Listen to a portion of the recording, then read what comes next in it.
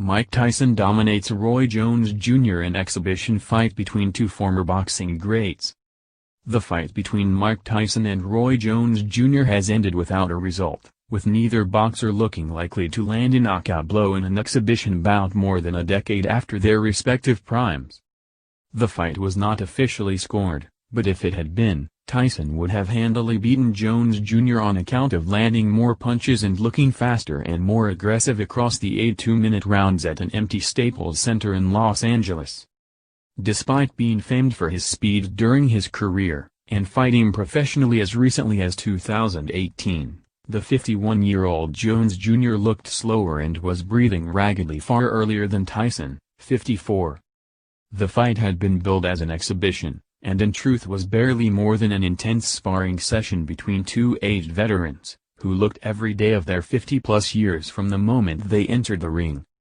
Tyson worked the jab from the outset to establish himself in the center of the ring, but too often the contest was spent with the two former greats locked together in clinches.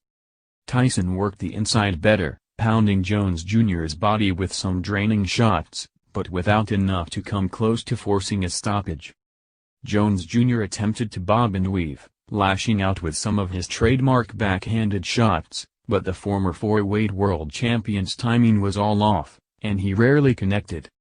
The bout was unofficially judged by three former world champions, who deemed it a draw. Tyson said he was happy with the judge's call, but Jones Jr. disagreed. "I wear drawers, I don't do draws," he said. Tyson said we need to do this shit again, but Jones Jr. seemed less keen, saying he had to go speak to his family and make a call after that. Entertainment over sport. The undercard featured two sporting bouts, Jermaine Ortiz stopping Suleiman Segawa in the 7th round of their WBA lightweight title clash, and former two-weight world champion Badou Jack dominating the game but ultimately outclassed Blake McKernan in their light heavyweight bout. However, from the moment YouTube star Jake Paul walked out to face former NBA player Nate Robinson, it was clear any interest from a sporting perspective was over. Paul, whose only previous fight was against fellow YouTube star Ali Zengib, knocked a hapless Robinson out after 2 knockdowns.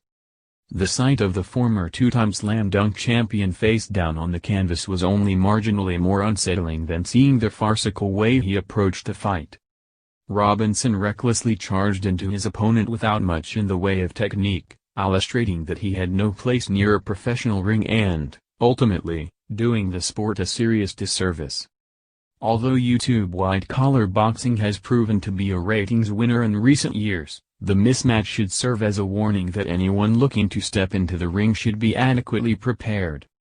Each fight on the undercard was punctuated by a musical performance, adding credence to the entire event's status as an entertainment show than a sporting contest.